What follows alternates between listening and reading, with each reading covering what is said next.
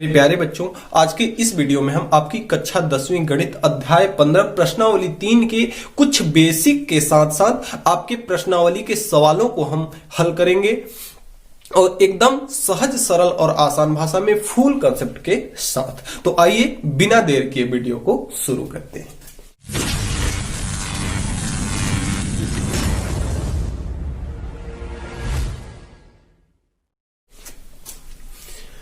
तो देखिए, जो आप लोगों का प्रश्नावली 3 है उसमें हम पढ़ेंगे शंकु के बारे में। तो सबसे पहले आइए जानते हैं कि शंकु क्या हो।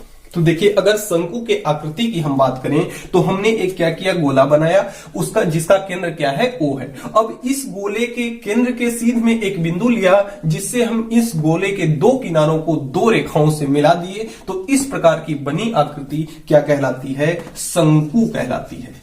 क्या कहलाती है, शंकु। जैसे आप लोगों ने देखा होगा कि जोकर की टोपी जो होती है, नुकीली जो टोपी होती है, वह कैसी होती है, शंकु आकार की, शंकु के आकार की होती है। तो वही हमारा शंकु है। अब देखिए, इसकी ये वाली जो रेखा है, यानी कि यहां से लेकर के यहां तक ये वाली रेखा, यह इसकी कहलाती है तिर्यक ऊंचाई। क्या कहलाती है, तिर्यक ऊंचाई। ये वाली रेखा, ये दोनों रेखाएं इसकी शंकु की क्या कहलाती हैं, तिर्यक ऊंचाई, जिसको हम लोग L से प्रदर्शित करते हैं। और ये जो रेखा है, बीच वाली रेखा है, ये शंकु की ऊंचाई कहलाती है, जिसे हम H से प्रदर्शित करते हैं। और ये वृत्त की त्रिज्या है, जिसे हम किससे प्रदर्शित करते हैं, R से प्रदर्शित करते हैं। तो ये तो थोड़ा सा बोरियत शंकु की कहानी हुई। अब आइए देखते हैं इससे संबंधित हमें प्रश्न में क्या क्या पूछता है। तो सबसे पहला काम कि इस प्रश्न कोई भी प्रश्न में शंकु का वक्र पृष्ठ पूछता है। शंकु का वक्र पृष्ठ, शंकु का वक्र पृष्ठ। तो देखिए, हमने यहां पे क्या किया है, गोला बनाया है। तो इस गोले के चारों ओर इस प्रकार से घिरा हुआ क्षेत्र है, मतलब वक्र है, यानी घुमा हुआ क्षेत्र है, जिसका हमें क्षेत्रफल ज्ञात करना है। तो शंकु का वक्र पृष्ठीय क्षेत्रफल, तो शंकु का वक्र पृष्ठ का क्षेत्रफल अगर हमें निकालना हुआ तो कैसे निकालेंगे। जैसे देखिए, ये वाला गोला है, तो इस गोले का क्षेत्रफल कितना होगा, पाई आर है।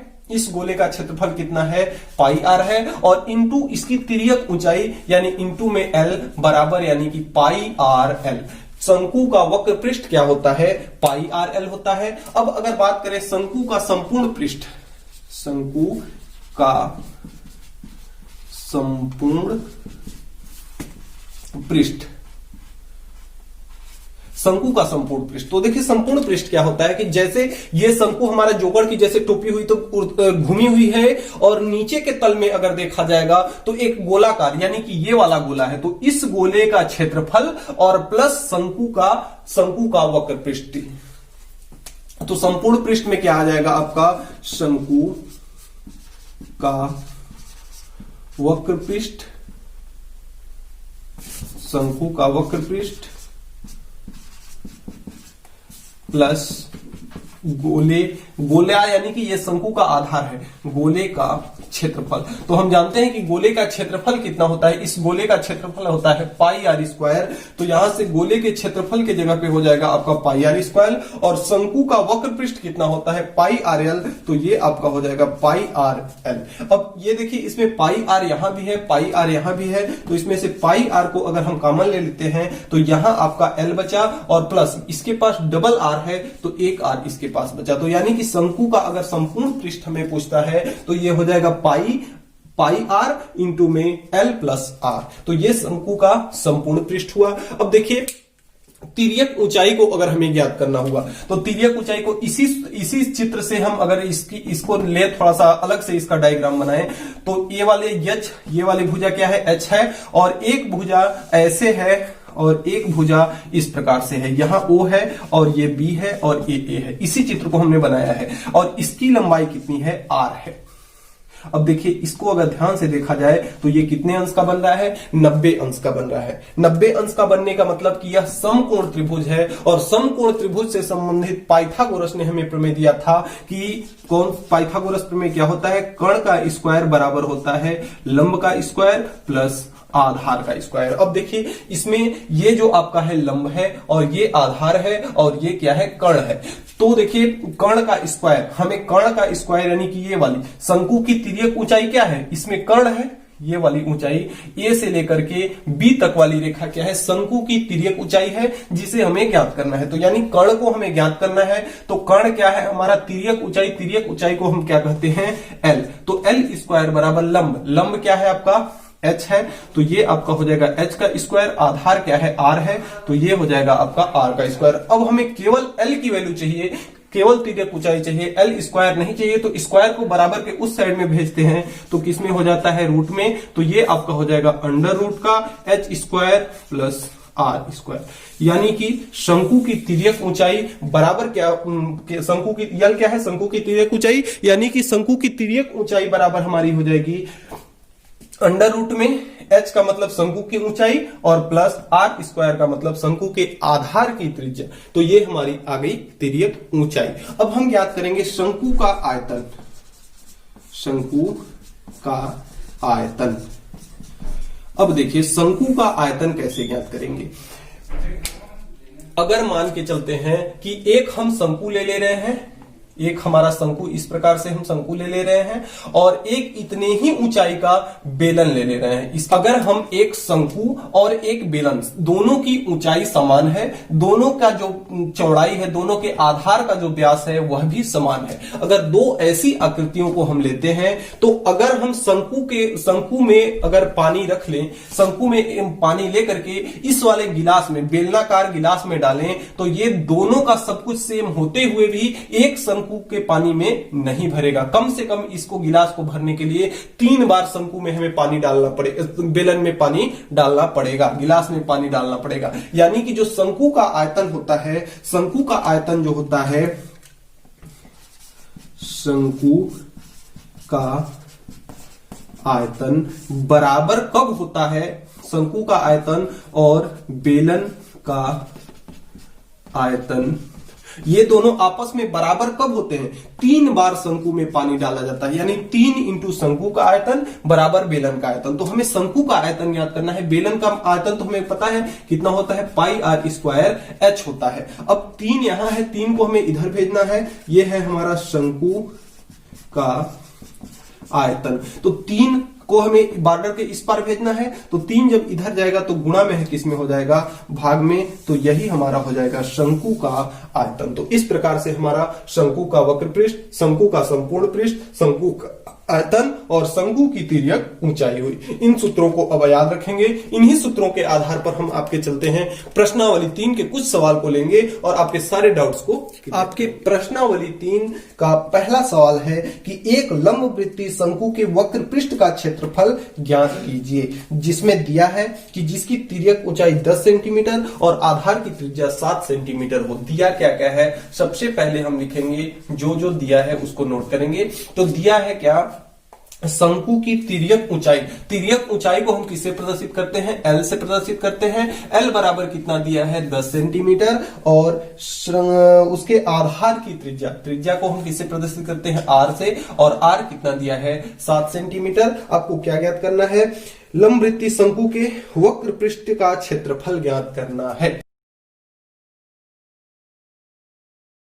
शंकु के वक्र पृष्ठ का क्षेत्रफल आपको ज्ञात करना है। तो अभी हमने सूत्र पढ़ा कि शंकु के वक्र पृष्ठ का क्षेत्रफल, शंकु का वक्र पृष्ठ का क्षेत्रफल कितना होता है, शंकु का वक्र पृष्ठ, तो शंकु का वक्र पृष्ठ बराबर होता है pi into R into L.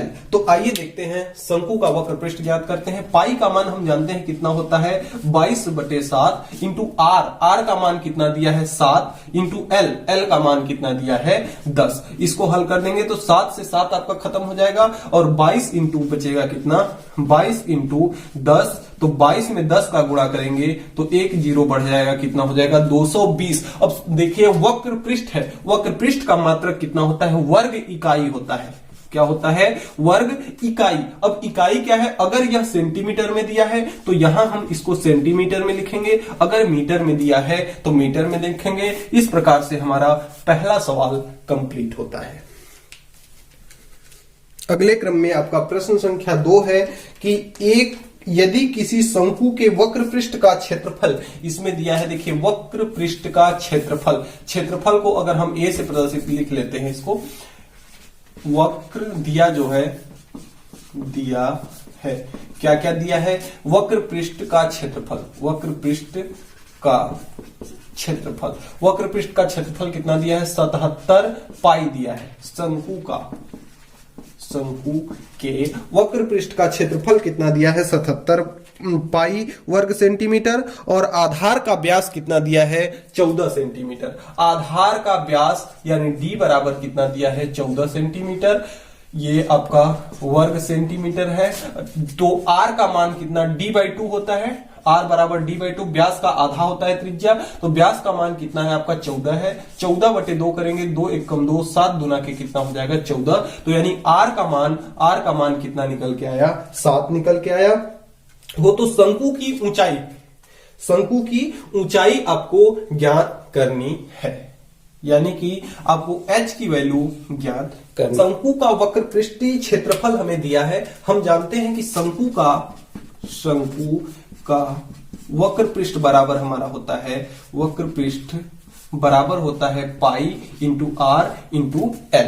तो देखिए शंकु का वक्र पृष्ठ कितना दिया है 77 पाई, तो ये आपका हो जाएगा 77 पाई बराबर पाई इंटू आर का मान कितना है 7 है, 7। एल का मान पता नहीं है, सबसे पहले हम एल का मान निकालेंगे, एल का मान पता हो जाएगा तो हम एच का भी मान निकालेंगे। तो देखिए हमें एल की वैल्यू चाहिए पाई से, तो पाई आपका कट जाएगा, 7 इधर आएगा तो ये 77 है, 7 इसके साथ इंटू में है, इस साइड में आके किसमें हो जाएगा भाग में, और इधर क्या बचेगा एल बचेगा। तो 7 1 कम 7, 11 7 77, यानी एल का मान कितना आया 11।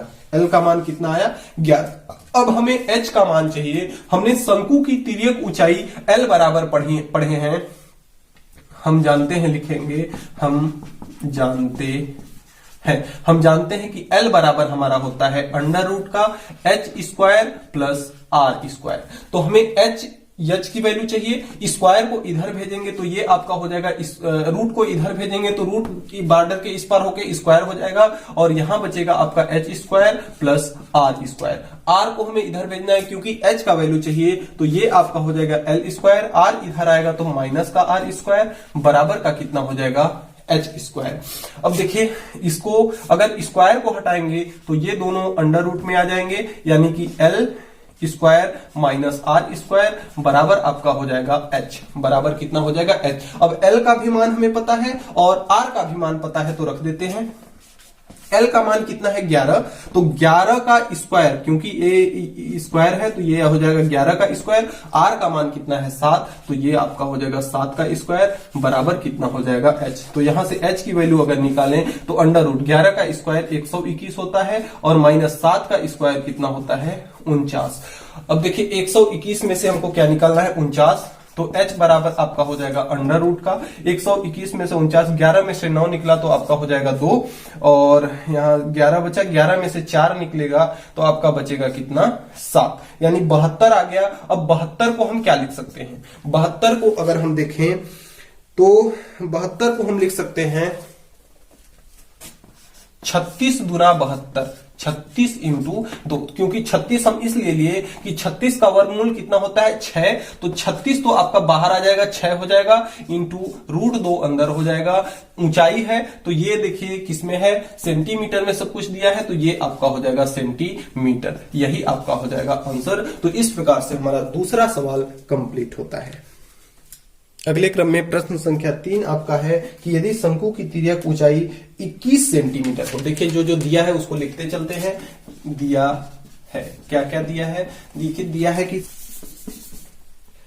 तो एक शंकु की तिर्यक ऊंचाई को L से प्रदर्शित करते हैं, और तिर्यक ऊंचाई बराबर कितना दिया है आपका 21 सेंटीमीटर। और प्रश्न कह रहा है आगे कि आधार का व्यास 14 सेंटीमीटर हो, व्यास यानी कि d का मान कितना दिया है 14 सेंटीमीटर, तो r का मान कितना हो जाएगा 14/2, क्योंकि व्यास जो होता है त्रिज्या जो होती है व्यास की आधी होती है, तो 14 का आधा कितना होगा आपका 7। r का मान कितना है इसमें से 7 है, तो आपको ज्ञात करना है उसके संपूर्ण पृष्ठ का क्षेत्रफल आपको ज्ञात करना है। तो हम जानते हैं कि संपूर्ण पृष्ठ किसका, शंकु का, तो शंकु का संपूर्ण पृष्ठ बराबर आपका होता है pi R into L plus R. हमें सबका मान दिया हुआ है, मान हमें बस रखना है, संपूर्ण पृष्ठ का मान याद करना है। पाई का मान हम जानते हैं कितना होता है 22/7 इंटू आर का मान कितना है, आर का मान है 7 आपका, और इंटू में कितना हो जाएगा एल का मान कितना है